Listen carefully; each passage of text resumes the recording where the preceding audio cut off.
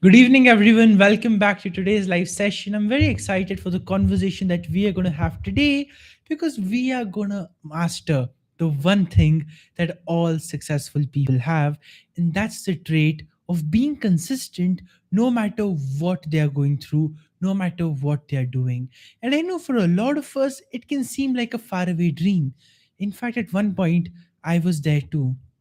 I had this peculiar habit of starting on new projects, of taking on new ideas, of taking on something to do, being consistent at it for like a few days, and then giving it up. And sometimes, though, the funny thing that would happen is that few days would also even be a few months.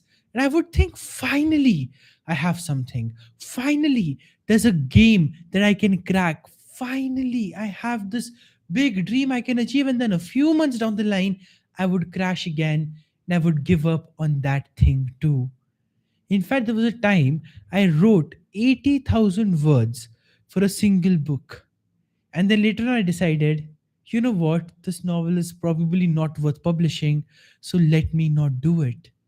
So my pattern of trying to do things but not doing them till the end had gotten so strong that now whenever I would start something new, right, I would do that, but at the same time I would hold a bit of fear in my mind.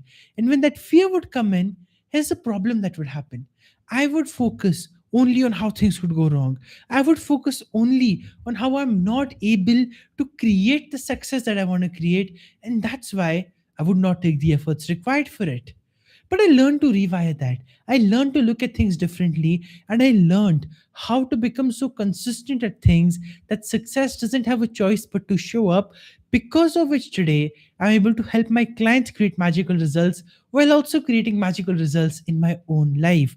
So I want to help you master that skill because I've seen this. When I went on a discovery journey after that to understand what are really successful people doing differently, I understood that they have something in their hands. They have a skill that most of us don't even nurture. And that is the skill of independence. That is the skill of resilience. That is the skill of persistence. I know we hear all the time success can be effortless. Success can be something you create when you align your energy and when you manifest. And on a lot of levels, yes, that is true. But here's what I want you to know: for the people who really make it to the top, they also have the trait of persistence in them. They also have the trait of resilience in them. And when they are focused on those ideas, when they are focused on those principles, they are able to create that mastery for themselves. And when they do that, success is inevitable regardless of the field they are in. Take any person you admire, and you will notice this. They have that particular resilience, they have that habit, somewhere or the other, they can just show up. And as they're showing up every single day, they are creating that magic everywhere they go. And now the way to create that magic is to adopt the same strategy that the most successful people have, so you can learn to be resilient and persistent too. And in that, the very first step is to learn to separate your identity from the failure you endure. Because this is the truth. See, life is full of failures. Life is a journey. Some days are going to be challenging. Some days are going to be relaxing. Some days are going to be so overwhelming you have no idea what to do. And on those kind of days, if you take those days and if you take those failures and if you take those setbacks and make them about yourself and your incapability, you can say goodbye to ever being successful. I see so many people making this mistake. It's crazy. And this, by the way, is the number one reason we self sabotage. Because in our mind, we assume our success is tied to our worth, our success is tied to how we are perceived as human beings. We take failure as a sign that we are a failure. We take a setback as a sign that we are the ones who are struggling. We take all these challenges and we make them about our inability to change things in our lives. Really successful people, well, they don't think this way. The way they think is they understand, hey, it's okay. I just failed. That doesn't mean I'm not capable of greatness. That just means there's some more things that I need to learn. Now, that attitude may sound like a simple mindset shift only, but the truth is, it's the most powerful attitude you could build. And here's why I say that. It gives you the courage and it gives you the resilience to keep on taking more and more and more action. Because success only comes when you're willing to put in those efforts. Look at anybody's journey. J.K. Rowling was rejected more than 13 times before Bloomsbury finally agreed to publish Harry Potter, which is now today the most famous and the most successful book franchise in the world. The kind of records that book has made, no other book has been able to even match that till now. And to think that Harry Potter faced more than 13 rejections is crazy, but it's the truth. Now, for a lot of people, even one rejection is heartbreaking. Even one failure is like, I don't know what happened. My life is over. Well, is it really? It's not. That's your lack of courage speaking. J.K. Rowling had enough courage to knock on the next door with the same energy, to knock on the next door with the same faith, to knock on the next door with the same brilliance that created the Harry Potter series in the first place. And that is what attracted Bloomsbury to her. That's the publisher who published Harry Potter and became one of the big publishers themselves. Harry Potter helped them, they helped Harry Potter. Now, why did that success happen? Not because J.K. Rowling was just talented or lucky. She had the ability to separate her failure from her worth. She was so sure of the magic she had created with Harry Potter that she knew this book is going to sell millions. This book is going to create stories. This book is going to go out there and make things happen. And that is why, even though there were rejections, she was able to see beyond the rejections. She was able to see beyond the failure. And as she was doing that, magic unfolded in her life. If you look at any sports player, you will notice a common trend in their journey, and it's this: the few centuries that they're known for, the few perfect shots they're known for, the few winning games that they've made. Compare those statistics to the amounts of times they have failed, to the amount of times they have fallen, to the amount of times they haven't got the desired result, and you will see that the successes, there are few. They're not that big, but they are known for those successes. And the failures, there are plenty, but they're not even known for those failures. Now, why is that? Well, simply because it's their focus and the energy that they are aligning themselves with. They are not thinking, oh my God, I got out at zero today. I'm a failure. Or I didn't hit any winning shot today. I'm a failure. No, they don't think that. What they think is, how can I build courage? How can I continue to show up? It was okay. It was one wrong game. I'll work on it and I'll improve.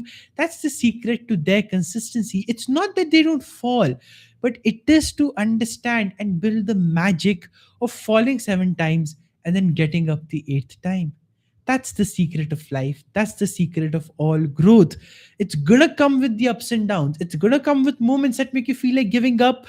But when you can see beyond the challenge, and when you can see at a reality that exists in front of you, a reality that's even a tiny bit different than the reality that you've experienced in the past, that gives you the faith to hold on even when everything else is uncertain. And that's the second trait that all successful people have. The first one is that they don't attach their self image to their failures.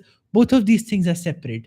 Their failures are just experiences, their self image remains untethered, their self image remains absolutely clear. And the second thing is they have absolute faith in their ability to make things happen. When they have that faith, they create magic. When they act from that lens of courage and action and power, the magic that they create is joy comes into their life. When they know, no matter what happens, no matter how many detours I go through, no matter how many challenges I face, if I'm there and if I'm playing this game, I know I'm going to win, then the journey feels worth it. When you're following Google Maps, for example, and you're driving, you can't see the end of the road, you can't see the destination, but you can see, okay, Google Maps is saying you'll arrive in 30 minutes or 3 hours or 30 hours, or maybe if you're traveling across a continent, 30 days. But as long as that map is there, you know I'm headed the right way. Well, that's what successful people have. So what they do is they don't wait for times to get tough. They prepare in advance. They think in their mind, I know the journey is going to get tough. I know there are going to be challenges that come up. What can I do today to reverse? What can I do today to take more actions. So they reverse engineer from the top goal. And when they can see glimpses of those processes, when they can see the map in front of them, they have the faith that I just have to stick to it. I just have to keep taking action. So while everyone around them is chirping and saying, oh, this can't happen. Why are you trying this? Isn't this too big of a risk? They are confident because they know I am somebody who's figured out the map. I am somebody who's created the magic. So when you have that faith and when you have that map, not giving up becomes easy, staying consistent becomes easy because then you can see, hey, it's okay. It's just one or two things over here. That's all. And when I sort that out, I know I'm going to be able to take all the massive actions that I want every single day. And that's why the third powerful trait that they have, which helps them become ultra consistent, is they are kind to themselves. I know you've heard this classic image, right? All the successful people, they're hustling and they're grinding, and that's true. But at the same time, there are days when they fall off the grind too. There are days when they face the challenge too. But unlike you and me, you know what they do differently? They put kindness as the main factor on those days. They don't say, you are stupid, or you're this, or you're that to themselves just because they've missed a day. They don't say bad things to themselves just because they haven't shown up the way they expected themselves to. They give themselves grace. They don't give themselves sympathy, they give themselves grace. This is an important distinction to understand because when they give themselves that grace and kindness, they know that's the energy that helps me to bounce back. And for you to really understand this, I'm just going to ask you one question. Think back to the last time you were very, very, very critical of yourself, okay? Remember that time in your mind. Remember that situation. Remember the people you were embarrassed about, or the situation where you made a big blunder and you were like, how could you ever do this? And you just having those negative emotions fully packed into that situation. Think of that moment and you'll realize if you had become kinder to yourself early on, the problem would have solved itself faster. The anger that we face, the grudge that we hold against ourselves is serving nobody. It's only becoming a hindrance to action. And successful people know I don't want anything in this world to be a hindrance to my actions. And that's why what they do is they are kind to themselves even when they slip up. They are kind to themselves even when they make a mistake. They are kind to themselves even when a challenge shows up that they didn't anticipate earlier. They don't say, why did this happen? How did this happen? No, none of those thoughts come in for them. All they say is, and all they believe is, okay, it happened. I can't change that now. But what I can do is, I can take control of my understanding. I can take control of my life. And as I take control of that, magical things will start happening for me. And as those magical things start to happen, the journey pans out and they can be persistent and resilient. We often have this ironclad image of resilience in our minds and persistence that's like a warrior who never gives up. Actually, it's a smart warrior. It's somebody who knows how to face the tough storms, but they also know how to do so intelligently without unnecessarily burning resources. And when you can master that, when you have the courage to be that person, that is when success aligns for you. That is when growth aligns for you. That is when you stop giving up on projects because now you can see, okay, yeah, I can do it too. That's when you can stay persistent when things get hard. That's when you start to experience the same magic that all successful people do. Why? Because one, they keep their self image separate from their failure, they don't match it. Two, they have full faith in the process that they're going through because they have reverse engineered a map. And three, on days where they can't do it, they don't beat themselves up. They are kind to themselves. And through that energy of kindness and empowerment and assertiveness, they bounce back, they come back, and they start creating the magic. Now, I would like you to implement this in your everyday life.